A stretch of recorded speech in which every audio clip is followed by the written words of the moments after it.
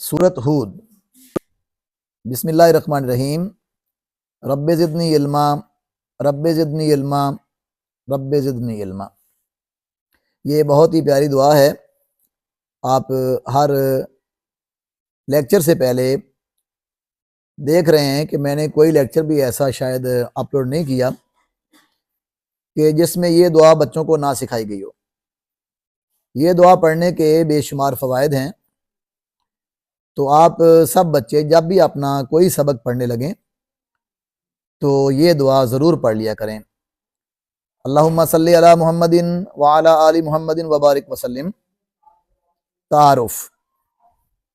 سورت ہود ترتیب تلاوت کے لحاظ سے 11ویں نمبر پر آنے والی سورت ہے، اور ترتیب نزول کے لحاظ سے اس کا نمبر 52 ہے۔ اس سورہ مبارکہ میں 123 آیات ہیں اور 10 رکوع ہیں۔ یہ سورت مکی سورت ہے۔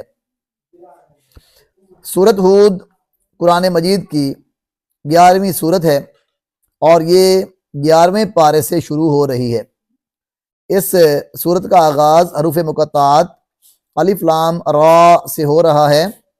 اس سورت کا نام اللہ تعالیٰ کے نبی حضرت ہود علیہ السلام کے نام پر ہے۔ آپ علیہ السلام قوم عاد کی طرف نبی بنا کر بھیجے گئے۔ حضرت عبداللہ بن عباس رضی اللہ تعالیٰ عنہ سے روایت ہے کہ نبی کریم خاتم النبیین صلی اللہ علیہ وسلم سے حضرت ابوبکر صدیق رضی اللہ تعالیٰ عنہ نے عرض کیا، آپ خاتم النبیین صلی اللہ علیہ وسلم تو بوڑھے ہو چلے، آپ نے فرمایا مجھے سورہ ہود، سورۃ الواقعہ، سورۃ المرسلات، عما یتساءلون اور اذا الشمس کورت نے بوڑھا کر دیا ہے۔ مرکزی موضوع۔ سورۃ ہود کا مرکزی موضوع عقائد اسلام کا بیان ہے، جن کو تاریخی حقائق اور عقلی اصولوں سے واضح کیا گیا ہے۔ بنیادی مضامین۔ سورۃ ہود کی ابتدا میں قرآن مجید کی عظمت و فضیلت کا ذکر ہے، اور نبی کریم خاتم النبیین صلی اللہ علیہ وسلم کی 2 صفات بشیر اور نذیر بیان ہوئی ہیں۔ سابقہ انبیاء کرام علیہم السلام میں سے حضرت نوح، حضرت ہود، حضرت صالح، حضرت ابراہیم، حضرت اسحاق، حضرت یعقوب، حضرت لوط، حضرت شعیب اور حضرت موسیٰ علیہ السلام کا تذکرہ کر کے اہل مکہ کو سابقہ اطاعت گزار امتوں کے اچھے انجام کی طرف متوجہ کر کے ان کی پیروی کرنے کی ترغیب دی گئی ہے۔ اس صورت میں حضرت نوح علیہ السلام کی کشتی کا تذکرہ ہے، جس کو دیکھ کر آپ کی قوم نے مذاق اڑایا، لیکن جب طوفان آ گیا تو تنور بھی ابل پڑے۔ حضرت نوح علیہ السلام نے اہل ایمان اور ہر قسم کے جانوروں کا جوڑا کشتی میں سوار کر لیا۔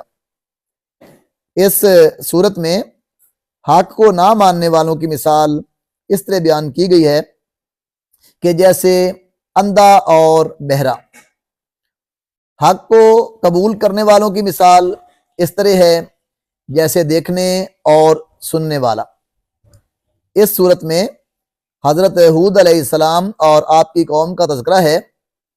حضرت ہود علیہ السلام نے قوم عاد کو توحید کی دعوت دی۔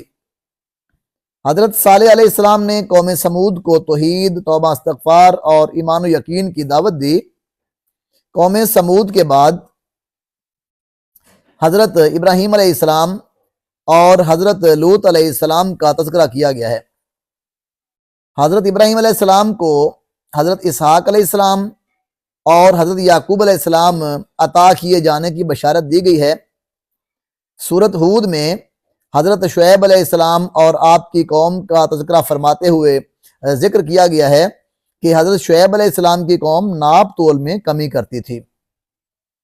سورت ہود میں حضرت موسیٰ علیہ السلام اور فرعون کا تذکرہ کرتے ہوئے بیان کیا گیا ہے کہ حضرت موسیٰ علیہ السلام کو فرعون کی طرف بھیجا گیا، لیکن وہ آپ علیہ السلام کی دعوت پر ایمان نہ لایا۔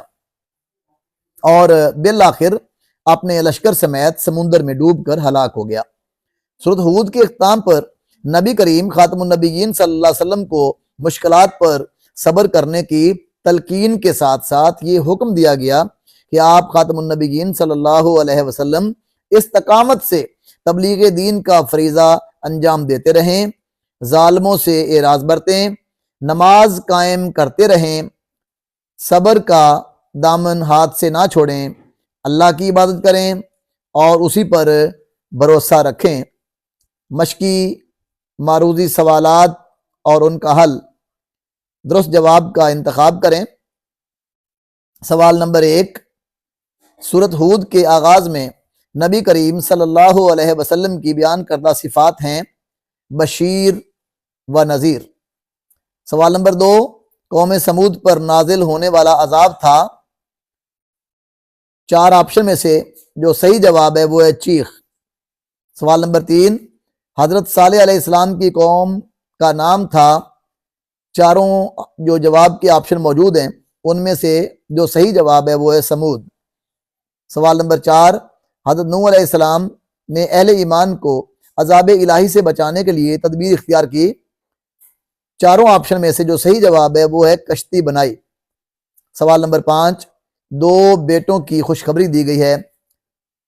چاروں آپشن دیے ہوئے ہیں جواب میں، تو 2 بیٹوں کی خوشخبری کن کو دی گئی؟ حضرت ابراہیم علیہ السلام کو دی گئی۔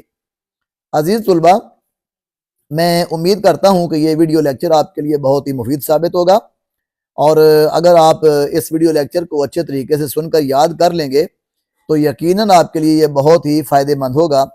اللہ تعالی ہمارا حامی و ناصر ہو۔ السلام علیکم ورحمۃ اللہ وبرکاتہ، وما توفیقی الا باللہ۔